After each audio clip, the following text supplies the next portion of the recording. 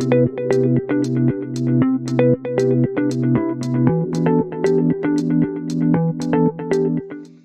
everyone, my name is Sarah and I am the co-founder of Inner Summits.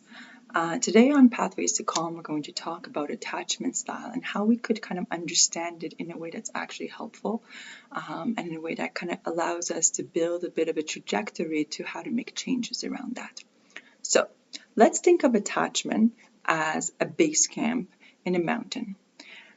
If we think about it in that way, a securely attached person is somebody that can leave the base camp and can kind of go and explore the world, explore the mountains, kind of feel a sense that like no matter how far they go, they can always come back to the base camp, that's never going to be going away.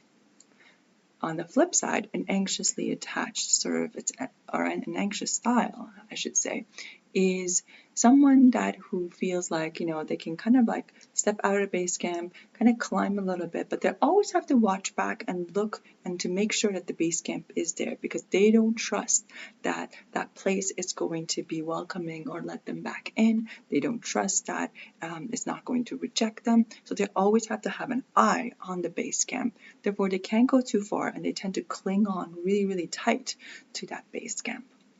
On the flip side, an avoidant style is where a person has learned there is no such thing as a base camp. They're a solo traveler. They have learned that there's nothing, they can't really rely on the base camp and they have to do it all on their own. And then as a consequence, they don't even look back. They're sort of always pushing it away.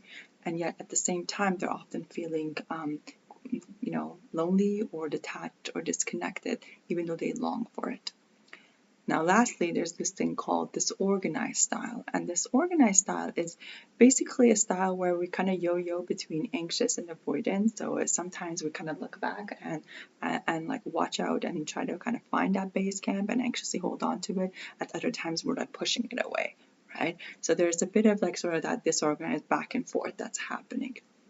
Now, what's really, really important is to avoid to put ourselves in a box because our experience as a human, it's a lot more complex than fitting ourselves into one of these boxes. Attachment is a continuum, and it's actually helpful to think of ourselves as rather than all being anxious or all being secure, that we have parts that are secure, parts that are anxiously attached, and parts who are avoidant.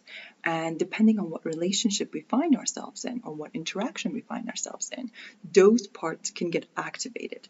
So for instance, if you find yourself in a dynamic where the other person is super avoidant, it's likely that your neediness is going to kind of sort of get activated, whether you are anxiously attached or not, right?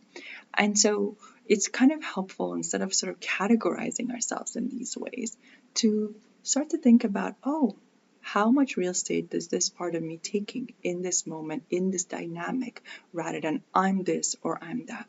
Because when we start to think of ourselves as having parts with certain styles of attachment, then we can start to actually recognize that we also have a self, maybe a part, maybe a tiny little seed inside of us that is securely attached or longs to be and knows what it's like to be securely attached, or at least has maybe even a cerebral sense of that, which then that's the part that in therapy we want to sort of like build up and expand on, because that is the part that can reparent the rest of our system towards becoming securely attached, or towards kind of moving from that continuum.